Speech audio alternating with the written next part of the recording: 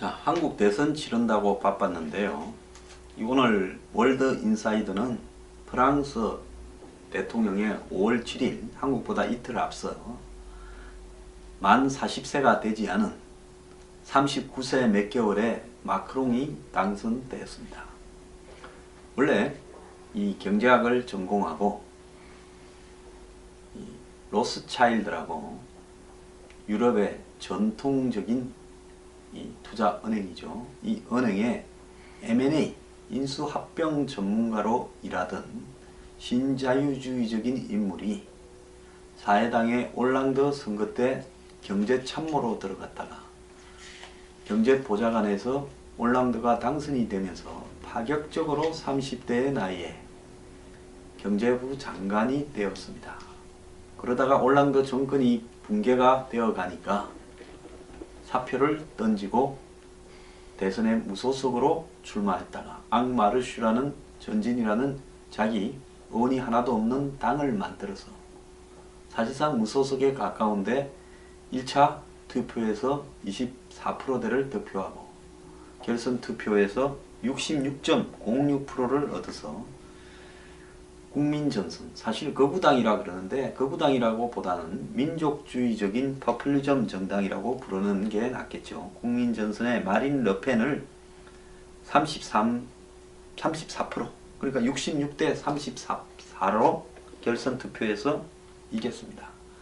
1차 투표에서 공화당, 정통 프랑스의 집권 세력 둘 중에 하나인 공화당 후보는 19%대로 3등을 하고 그 바로 붙어서 18%대로 마르셩이라고 극자당 후보가 4등을 하고 그 다음에 5등을 저 밑에 내려가서 6%대로 집권 사회당 후보가 차지했습니다. 자, 그래서 결국은 한때는 6대4 이상으로 따라가면서 프랑스에도 파퓰리즘, 극우 열풍이 부는 게 아닌가 이렇게 보여졌는데요. 결국은 그렇지 못했습니다. 투표자가 75, 기권한 사람이 25 이상으로 프랑스는 투표율이 높기로 유명한데 기권자가 매우 많았습니다. 그리고 특이한 점은 극자당 멜랑숑을 지지했던 후보들은 어느 쪽도 지지하지 않는다면서 지지를 거부했고 소설 눈먼 자들의 도시에 이런 말이 나옵니다. 정치가들은 백지표보다는 차라리 투표하러 가지 않는 기권표를 원한다. 왜냐하면 기권표야 뭐라고 둘러대도 상관없으니까. 사람들은 내가 민주주의를 파괴하려 든다고 하지만 백지표야말로 가장 민주적이라는 것을 나는 믿는다. 자, 투표장에 가지 않는 기권, 백지표는 투표를 하였으나 어떤 사람도 선택하지 않는 것을 말하는데요.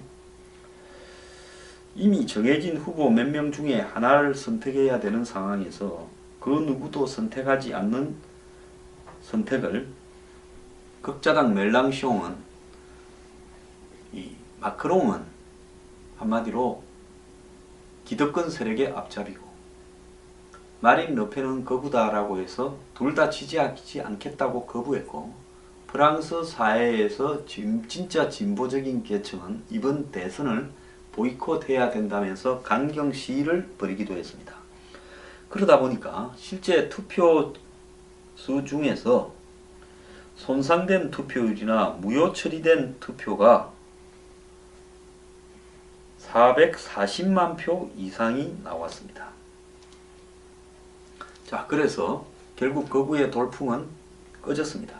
자, 그런데 프랑스가 대안으로 마지못해 이렇게 채택한 마크롱이 긍정적인 인물이냐? 저는 마크롱이 마린 르펜보다도 훨씬 부정적인 인물이라고 봅니다.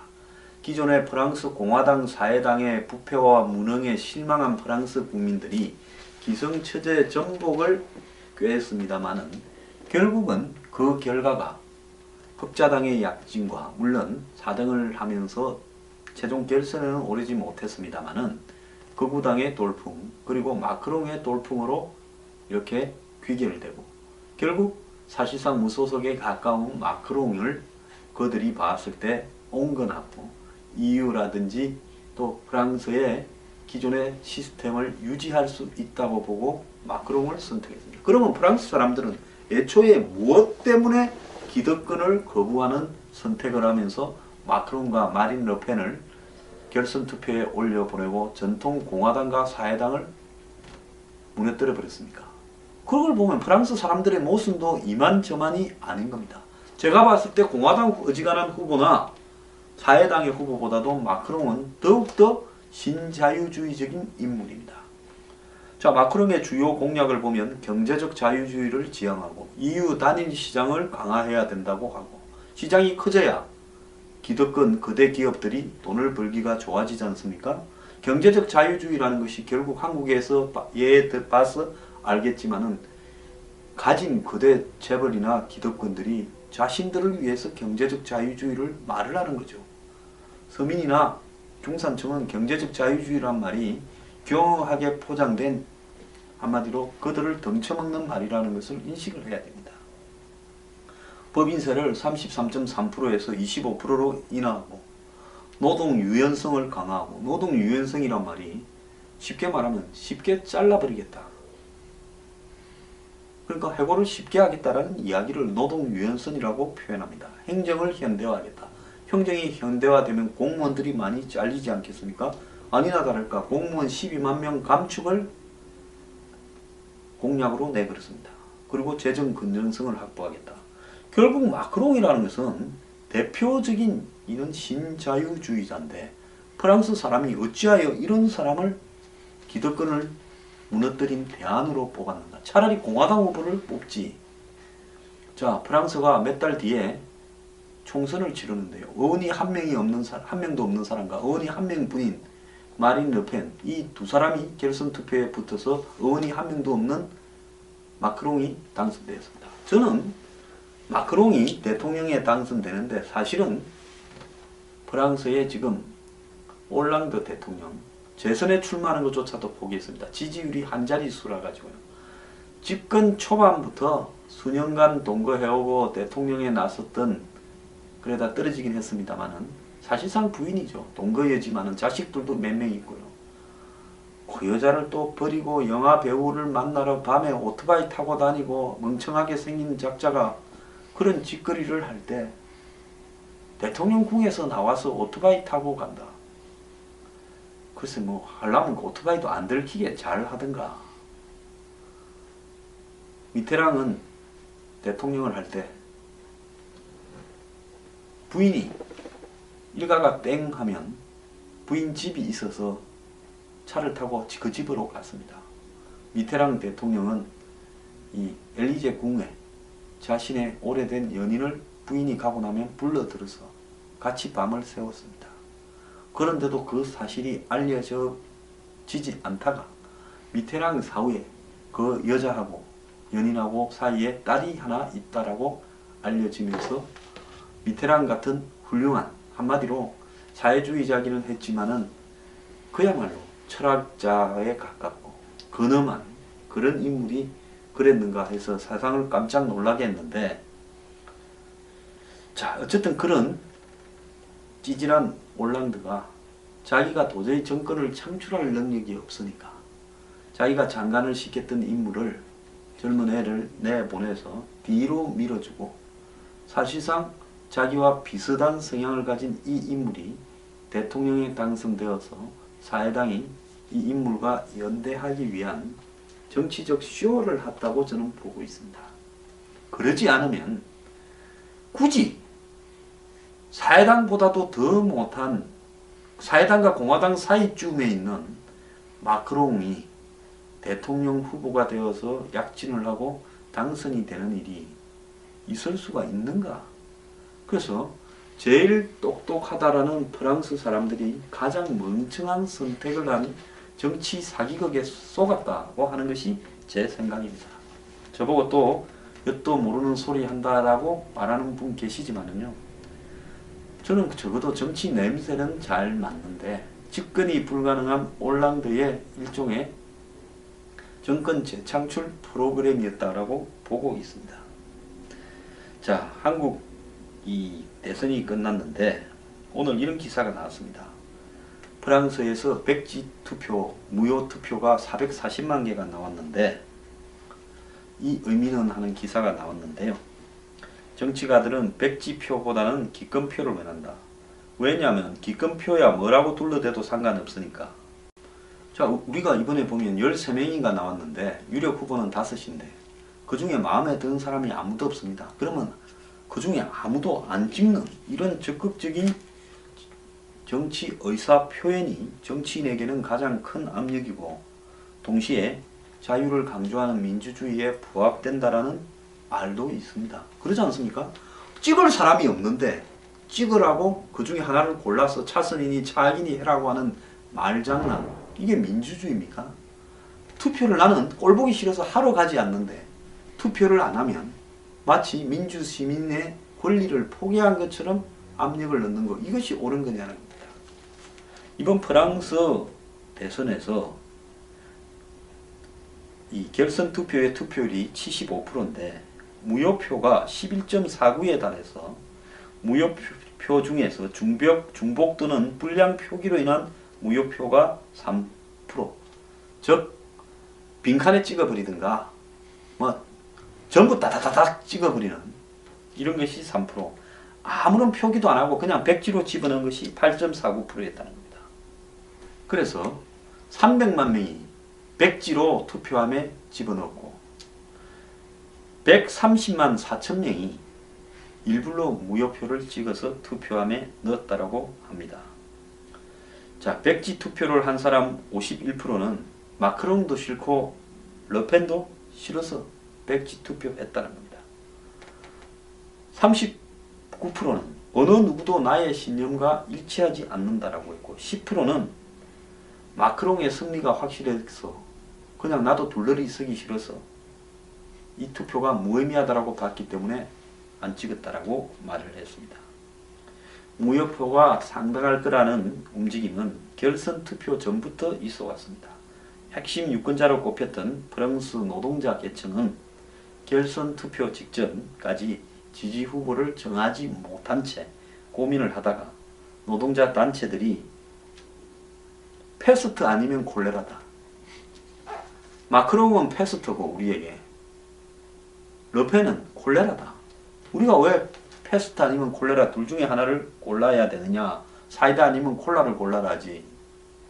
뒤에 건 제 이야기입니다. 우리는 이 둘 다를 원하지 않는다라고 선거 보이콧을 했고 1차 투표에서 18%대의 상당한 득표를 얻고 탈락한 멜랑숑 지지자 65%는 결선에서 기권하거나 무효표를 던지겠다고 선언한 바가 있습니다. 그래서 일각에서는 1차 투표에 떨어진 후보를 지지했던 유권자들이 대세에 따라서 마크롱을 찍을 거라고 봤지만은 일부는 아예 투표를 포기했고 기권했고 일부는 백지표를 300만 표나 내므로써 한마디로 마크롱에게 경종을 울리고자 했다는 겁니다. 르몽드지는 투표에 불참한 유권자와 백지 투표자, 무효 투표자는 마크롱 당선인이 마주하게 될 가장 어려운 상대가 될 거라고 말했는데요. 이렇게 많은 백지 투표율이 나타났다는 것은 프랑스가 한마디로 대선이 쓰레기들의 전쟁을 그 서민들에게 강요했다는 겁니다. 자, 8.49%의 유권자들은 어쩔 수 없는 차선이나 차악을 택하는 대신에 스스로 백지라는 선택지를 만들고 그 뜻을 전달했습니다. 민주주의의 꽃이라고 불리는 선거에서 백지표가 투표용지에 인쇄되어 있지 않은 또 하나의 선택임을 입증한 거다라고 해석이 되고 있습니다. 자, 동시에 프랑스 국민이 자국 정치에 환멸을 느끼고 있고 누가 당선돼도 안정적인 지지를 얻기 힘든 상황이라는 것을 보여주고 있습니다. 고작 24%를 받았던 1차 투표에서 마크롱이 억지로 결선 투표에 올라가서 르펜 싫으니까 찍으라고 해서 또 거기에 66%가 표를 던져줬습니다. 그 66%는 마크롱이 마음에 안 드는데 르펜이 더 마음에 안 들어서 마크롱을 찌렀다라는 이런 말도 안 되는 이야기를 하기도 합니다. 자, 마크롱이 제3의 길이라고 토니 블레어, 영국의 노동당의 토니 블레어처럼 그런 애매한 소리를 하는 것은 프랑스 사회가 다양한 분열과 오랜 침체에 놓여 있는데, 그러다 보니까 기존의 사회당 노선으로 가거나 공화당 노선으로 가면 욕먹으니 완전히 짬뽕을 해가지고 말장난을 하는데, 궁극적인 것은 신자유주의, 서민의 삶을 무너뜨리고 큰 시장을 선호하는 자유시장경제주의자이자 한마디로 금융 자본가의 앞잡이라는 것이 마크롱의 기본적인 색채입니다. 이 마크롱이 프랑스 사회에 있는 복지의 붕괴, 서민의 삶의 팍팍함, 노동자 계층의 몰락, 노동의 유연화, 더 나아가서 이민과 난민 문제, 테러 문제 등을 대처할 능력이 있겠느냐. 이 친구 하나 능력은 있더만요. 24살이나 많은, 한마디로 자신의 스승을 만나가지고 고등학교 때 만나서, 요즘 이야기로 하면 영화 개인 교수에 나올 법한 실비아 크리스탈을 좋아해서 둘이 사랑을 어쨌든 불륜관계에 빠져드는 고등학생과 선생 이야기가 마크롱과 그의 부인 이야기입니다. 둘이 처음에 만났을 때 마크롱이 15살, 부인 트로뉴가 40살이었습니다. 자, 프랑스에는 고등학교 선생도 프로페시라고 부를 만큼 인정을 해줍니다. 이때 트로뉴는 3명의 자녀를 둔 기혼자였고, 이 3명의 자녀 중에 1명이 마크롱과 같은 학급의 친구였다는 겁니다.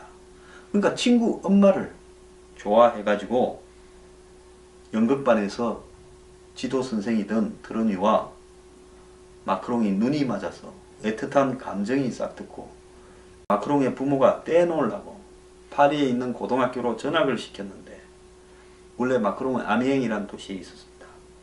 트로뉴에서 내가 반드시 아윌 비백해서 당신과 결혼할 거라 했고, 그래서 주변의 반대도 이 친구가 30살 먹었을 때 54살이던 트로뉴와 결혼을 했고, 이 친구가 들이대는 바람에 마크롱 때문에 트로뉴는 남편과 이혼을 했고, 친구인 자녀들이 전부 반대를 했습니다. 자, 프랑스니까 가능한 상황이지 한국에 있어서는 참 대단한 스토리인데요. 이렇게 자신의 목적을 위해서 수단과 방법을 가리지 않는 마크롱이 프랑스의 대안처럼 됐는데, 이런 마크롱은 결국은 프랑스 사회의 분열을 해결하지 못하고 무너질 겁니다.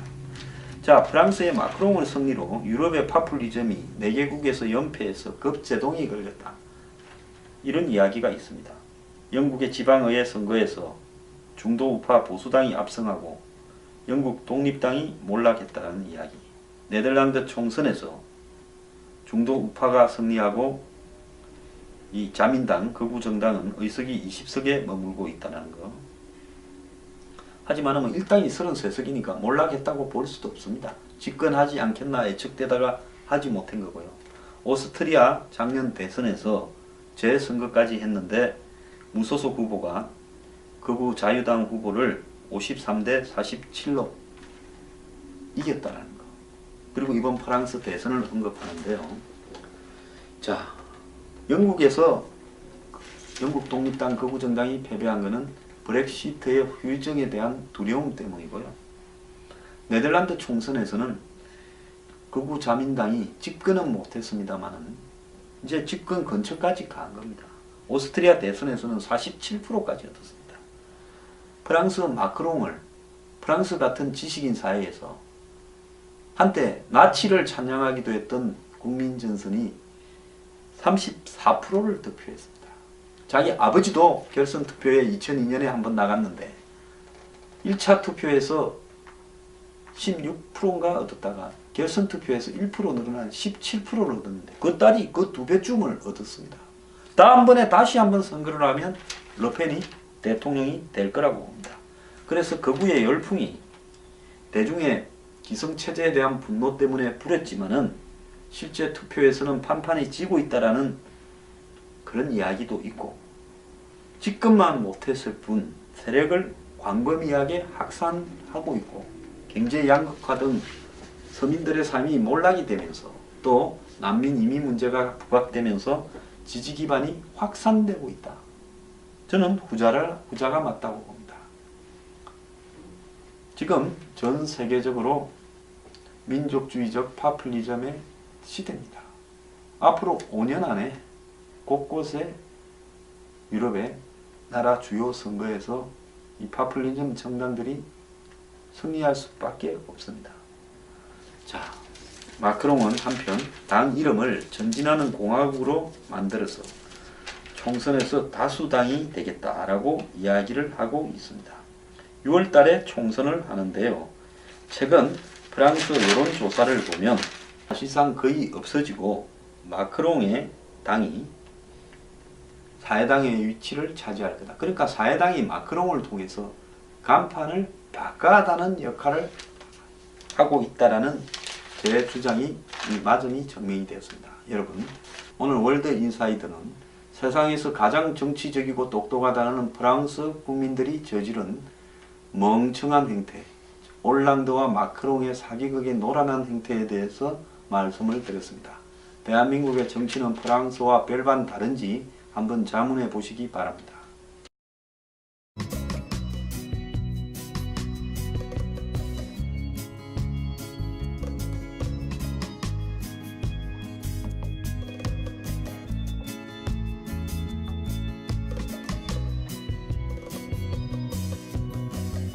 자, 그래서 결국은 한때는 6대4 이상으로 따라가면서 프랑스에도 파퓰리즘, 극우 열풍이 부는 게 아닌가 이렇게 보여졌는데요.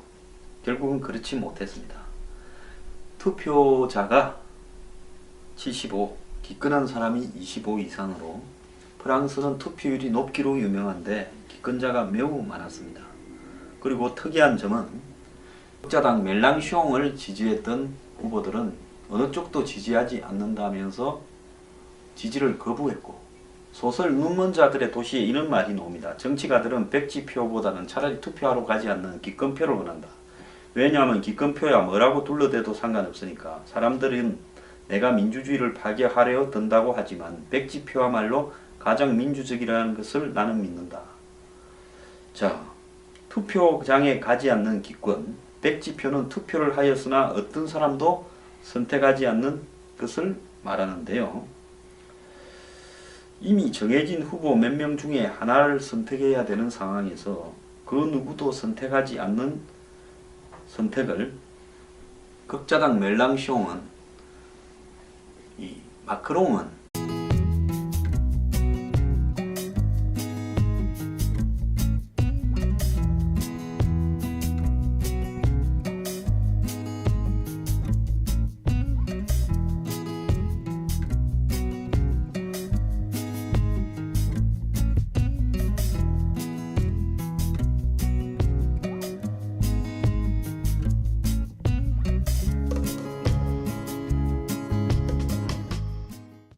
한국 대선 치른다고 바빴는데요. 오늘 월드 인사이드는 프랑스 대통령의 5월 7일, 한국보다 이틀 앞서 만 40세가 되지 않은 39세 몇 개월에 마크롱이 당선되었습니다. 원래 이 경제학을 전공하고 로스차일드라고 유럽의 전통적인 이 투자은행이죠. 이 은행의 M&A 인수합병 전문가로 일하던 신자유주의적인 인물이 사회당의 올랑드 선거 때 경제참모로 들어갔다가 경제보좌관에서 올랑드가 당선이 되면서 파격적으로 한마디로 기득권 세력의 앞잡이고, 마린 르펜은 거부다라고 해서 둘 다 지지하지 않겠다고 거부했고, 프랑스 사회에서 진짜 진보적인 계층은 이번 대선을 보이콧해야 된다면서 강경 시위를 벌이기도 했습니다. 그러다 보니까 실제 투표수 중에서 손상된 투표율이나 무효 처리된 투표가 440만 표 이상이 나왔습니다. 자, 그래서 결국 거부의 돌풍은 꺼졌습니다. 자, 그런데 프랑스가 대안으로 마지못해 이렇게 채택한 마크롱이 긍정적인 인물이냐? 저는 마크롱이 마린 르펜보다도 훨씬 부정적인 인물이라고 봅니다. 기존의 프랑스 공화당 사회당의 부패와 무능에 실망한 프랑스 국민들이 기성처제 전복을 꾀했습니다마는 결국은 그 결과가 흑자당의 약진과 물론 4등을 하면서 최종 결선에는 오르지 못했습니다마는 극우당의 돌풍 그리고 마크롱의 돌풍으로 이렇게 귀결되고 결국 사실상 무소 30대의 나이에 경제부 장관이 되었습니다. 그러다가 올랑드 정권이 붕괴가 되어 가니까 사표를 던지고 대선에 무소속으로 출마했다가 앙마르슈라는 전진이라는 자기 의원이 하나도 없는 당을 만들어서 사실상 무소속에 가까운데 1차 투표에서 24%대를 득표하고 결선 투표에서 66.06%를 얻어서 국민전선, 사실 거부당이라 그러는데 거부당이라고 보다는 민족주의적인 퍼퓰리즘 정당이라고 부르는 게 낫겠죠. 국민전선에 마린 르펜을 34% 그러니까 66대 34로 결선 투표에서 이겼습니다.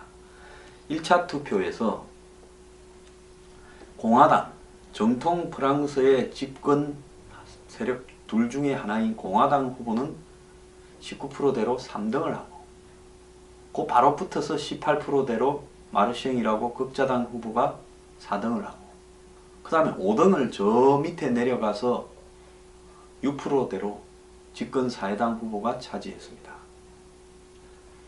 적에 가까운 마크롱을 그들이 봤을 때 온건하고 EU라든지 또 프랑스의 기존의 시스템을 유지할 수 있다고 보고 마크롱을 선택했습니다. 그러면 프랑스 사람들은 애초에 무엇 때문에 기득권을 거부하는 선택을 하면서 마크롱과 마린 르펜을 결선 투표에 올려보내고 전통 공화당과 사회당을 무너뜨려 버렸습니까? 그걸 보면 프랑스 사람들의 모순도 이만저만이 아닌 겁니다.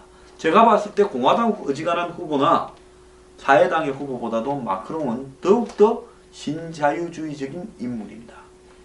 자, 마크롱의 주요 공약을 보면 경제적 자유주의를 지향하고 EU 단일 시장을 강화해야 된다고 하고 시장이 커져야 기득권 거대 기업들이 돈을 벌기가 좋아지지 않습니까?